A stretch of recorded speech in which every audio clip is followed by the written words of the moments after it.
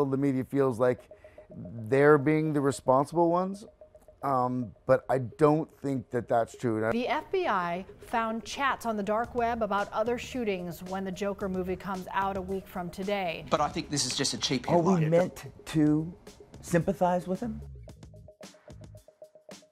Um herói só é tão bom quanto seu vilão, não é mesmo? Não é à toa que o Batman e o Coringa continuam se enfrentando através dos anos, desde 1940, com a criação do Joker. Um psicopata de humor sádico, nos anos 50 ele se tornou apenas um pateta brincalhão, justamente por causa da censura americana da época. Mas nos anos 70 ele retornou à sua origem brutal, literalmente, sendo lembrado principalmente pelo assassinato, de novo, brutal do Jason Todd e também pelos eventos de A Piada Mortal do Alan Moore. A origem do personagem sempre variou, mas na maioria das vezes é causada pelo Batman, pelo fato dele cair num tanque de químicos. O Coringa não tem nenhum poder especial, mas ele tem conhecimentos em engenharia química e é por isso que ele sempre cria seu gás mortal. Coringa é um dos personagens mais conhecidos da cultura pop, mas o seu interesse amoroso foi introduzido apenas nos anos 90, quando foi criada na animação e depois foi para os quadrinhos, a Harley Quinn. Até agora ele foi interpretado pelo César Romero nos anos 60, depois nós tivemos o Jack Nicholson, o Heath Ledger, Jared Leto e agora o Joaquin Phoenix. Ou Joaquin Phoenix, gente. E já nas animações nós temos o Mark Hamill, exatamente, o Luke de Star Wars, fazendo a melhor risada. Enquanto isso, a versão do Lego é feita pelo Zach Galifianakis. Coringa foi inspirado num personagem do Victor Hugo em um filme de 1928, mas foi apenas no visual mesmo, porque o Homem que Ri, ou Gwynplaine, na verdade não é um vilão, ele só é um cara que não consegue mudar o rosto, ele simplesmente fica parecendo que tá rindo o tempo todo, por isso é tão creepy. E apesar de tudo, o filme dele, ou a história, nem é um terror, como parece, é um melodrama. Mas antes da gente falar sobre o melhor Coringa até agora, sim, eu acho que é o melhor Coringa até agora, vamos retornar lá pra trás pra falar do primeiro live action do Coringa, que nesse caso nem era dele. O primeiro Coringa foi o César Romero.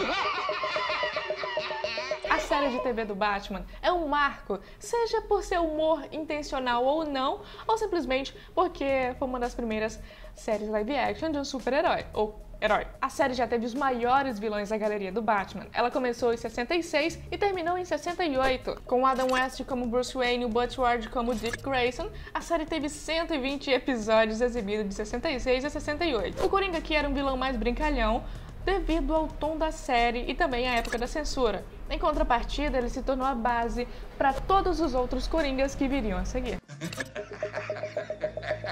Em 1989, o Tim Burton lançava sua versão do Batman com o Michael Keaton e o Jack Nicholson. Nessa versão do Coringa, o Tim Burton usa influências do Alan Moore e também do clássico Capuz Vermelho, cuja versão o Batman causa a queda do Capuz Vermelho no tanque de químicos e que se tornaria então o Coringa. O filme foi um grande sucesso e na época se tornou o a quinta maior bilheteria do mundo de todos os tempos, na época.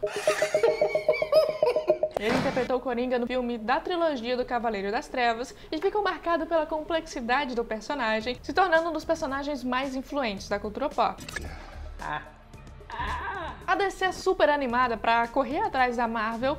Em 2015 a gente tinha um personagem completamente desnecessário. O Coringa do Jared Leto foi colocado em Esquadrão Suicida simplesmente pelo hype ou talvez só para vender o filme? A gente não sabe, mas dá pra perceber a influência e o peso do personagem na DC. O personagem parecia o DLC do filme, se tornou então, agora depois do Joaquin Phoenix, o pior Coringa de todos, infelizmente. Em 2014, a DC anunciou que teríamos 10 filmes no que a gente conhece como o universo estendido da DC. Até então, depois do sucesso da trilogia do Nolan e também da visão do Zack Snyder, a gente tinha uma DC mais sombria, pelo menos conhecida dessa maneira. So dark! The Jaina from the DC Universe! Mas depois do sucesso de filmes como Guardiões da Galáxia, que era colorido, divertido, cheio de piadas e cheio de música, a DC decidiu correr atrás da Marvel e fazer um filme parecido. E eles escolheram, em cima da hora, nesse caso, Esquadrão Suicida.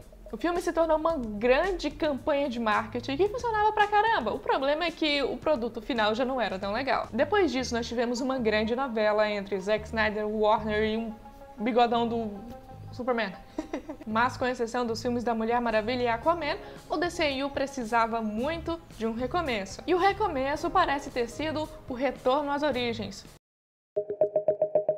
A primeira vez que se tocaram no assunto de fazer um Coringa, pelo menos o Joaquin Phoenix, foi em 2014. Ele apenas citou, não era nada demais. Nessa época, sempre saíam notícias de que ele interpretaria personagens como Hulk e até o Doutor Estranho. Mas o diretor Todd Phillips já estava meio que falando que queria fazer um negócio mais pé no chão, mais barato e um estudo de personagem, mais conhecido pela trilogia de Se Beber Não Case, mas também foi indicado ao Oscar pelo melhor roteiro adaptado de Borat.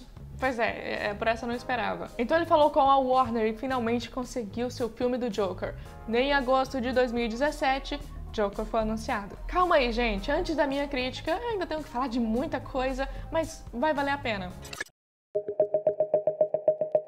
Semanas antes da estreia do Coringa, nós tivemos muita controvérsia rolando. Na sociedade americana, eu tenho a impressão de que todos os dias todo mundo vive com medo do próximo tiroteio em massa. E é um dos maiores problemas da sociedade americana hoje em dia, e que tem influenciado também outras pessoas ao redor do mundo. Mas o que isso tem a ver com o Joker? Em julho de 2012, um cara entrou dentro de um cinema durante a exibição do Batman Dark Knight Rises. O cara simplesmente abriu fogo contra todo mundo, matando 12 pessoas e deixando um monte machucadas. Machucadas não, feridas. Com o cabelo pintado, o cara dizia que era o Coringa. Um pouco antes da estreia do Joker, começaram a surgir comparações. Alguns jornalistas diziam que o filme influenciava ou tinha, na verdade, similaridades com um grupo que atua na internet hoje em dia, os incels. Incels são homens que se definem pelo fato de que eles não conseguem parceiros românticos nem sexuais. E aí, por isso, eles têm muito ódio e atacam pessoas na internet,